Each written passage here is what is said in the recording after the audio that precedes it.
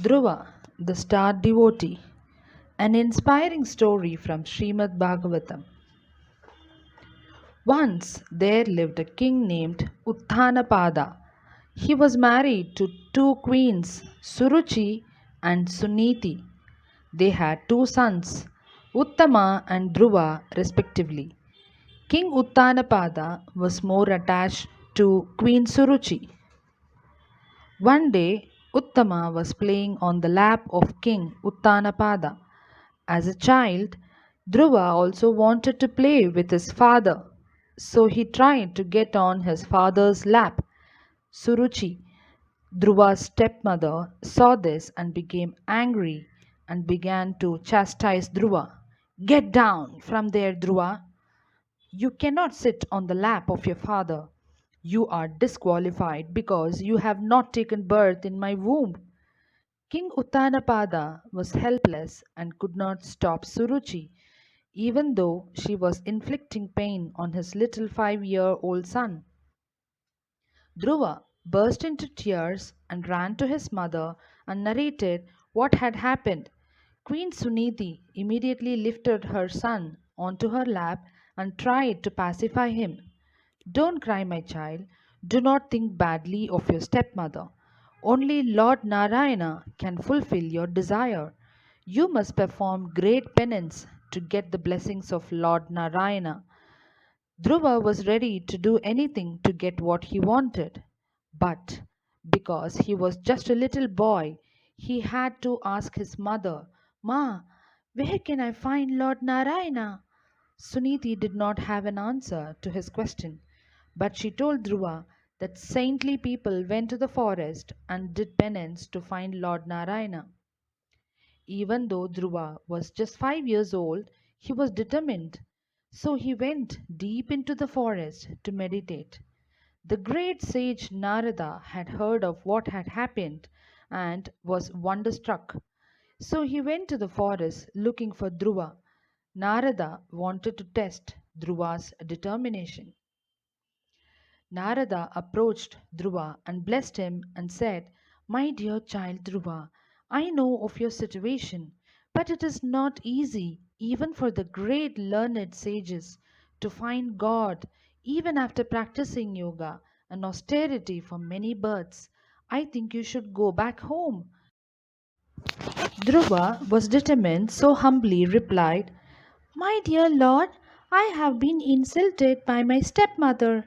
Therefore, I cannot follow your advice. I want to occupy a more exalted and important position than my father and grandfather or anyone else had ever achieved. If you wish to help me, then kindly advise me of the right path to follow by which I can find the Lord Narayana. Then Narada taught Dhruva how to perform penance to find Lord Narayana. Following sage Narada's instructions, Dhruva reached the forest of Madhuvana. He took a bath in the river Yamuna and remained all night without eating. For the first month, Dhruva ate only fruits and berries every day. He ate just enough to keep his body and soul together. In the second month, he ate only once in 6 days, only the dry grass and leaves. In the third month, he drank water once in 9 days. He remained in a trance worshipping the Lord. In the fourth month, he mastered yoga of pranayama, the art of breathing, and thus he inhaled air only every 12th day.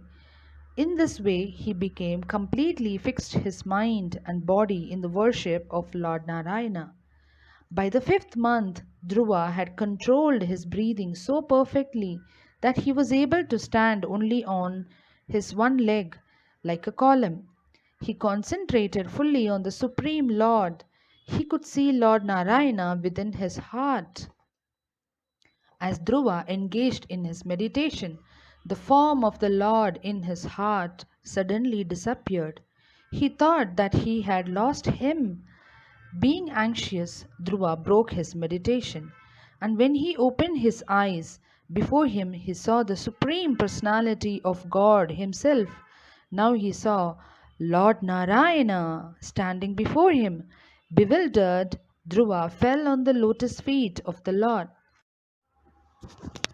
Dhruva wanted to offer prayers and respects, but he could not even speak.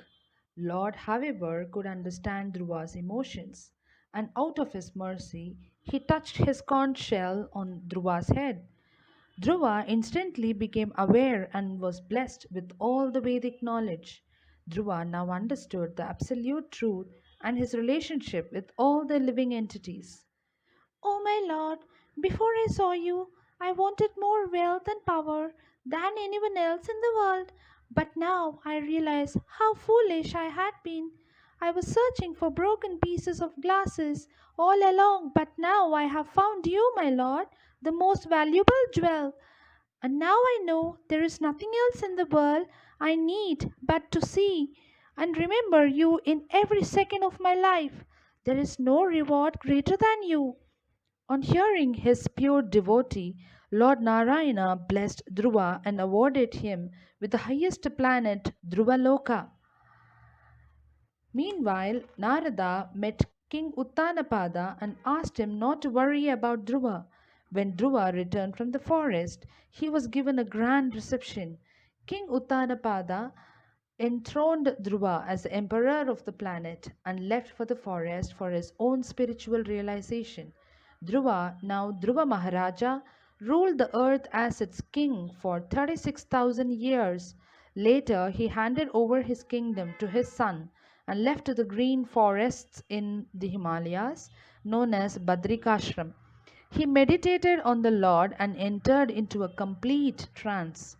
On the last few hours of his life, a celestial vehicle descended with two personal associates of Lord Narayana. He was taken to Dhruvaloka, an eternal spiritual planet where he now resides eternally. Dhruvaloka, known by the name Polestar, is the brightest star in the night sky. Even today, if you look up into the dark night sky and see the brightest star, remember Dhruva was once as young as you are, but because of his determination, he was able to see the Lord Himself.